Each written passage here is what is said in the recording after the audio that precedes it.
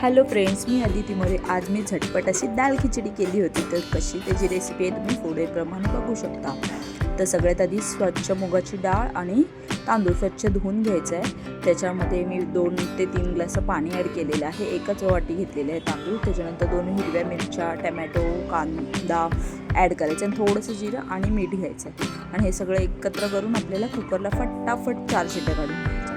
आणि आता 4 शिट्या काढून झाल्या की लगेचच आपल्याला कढई गरम करायला ठेवायची आहे. कढईमध्ये थोडंसं 2 चमचे तेल टाकायचं आहे. त्याच्यात हिंग ॲड करायचं आहे, जिरं, मोहरी आणि कढीपत्ता ॲड करून घ्यायचा आहे.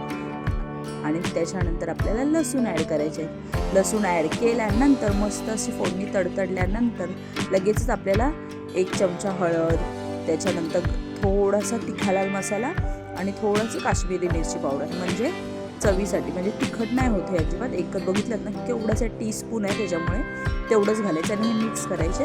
आणि जे आपले डाळ खिचडी आपण बॉईल करून घेतले हे बघू शकता शिट्ट्या काढून त्याच्यात ॲड करून फोडणी दिलेली आहे. आता ही बघा अशा पद्धतीने छान अशी एकदम यम्मी अशी होते.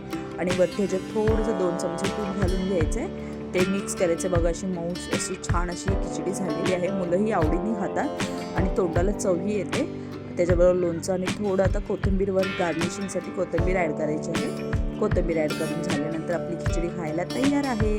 तर कशी वाटली माझी ही झटपट होणारी रेसिपी मला कमेंट करून नक्की सांगा. आणि हे बघा ह्याच्यावर मी लोणच्याचं पाऊच घेतलेलं बघा, आंब्याचं लोणचं आहे. अतिशय उत्तम लोणचं होतं आणि खिचडी तर यम्मी वाटली, खायला मजा आली. Bye bye.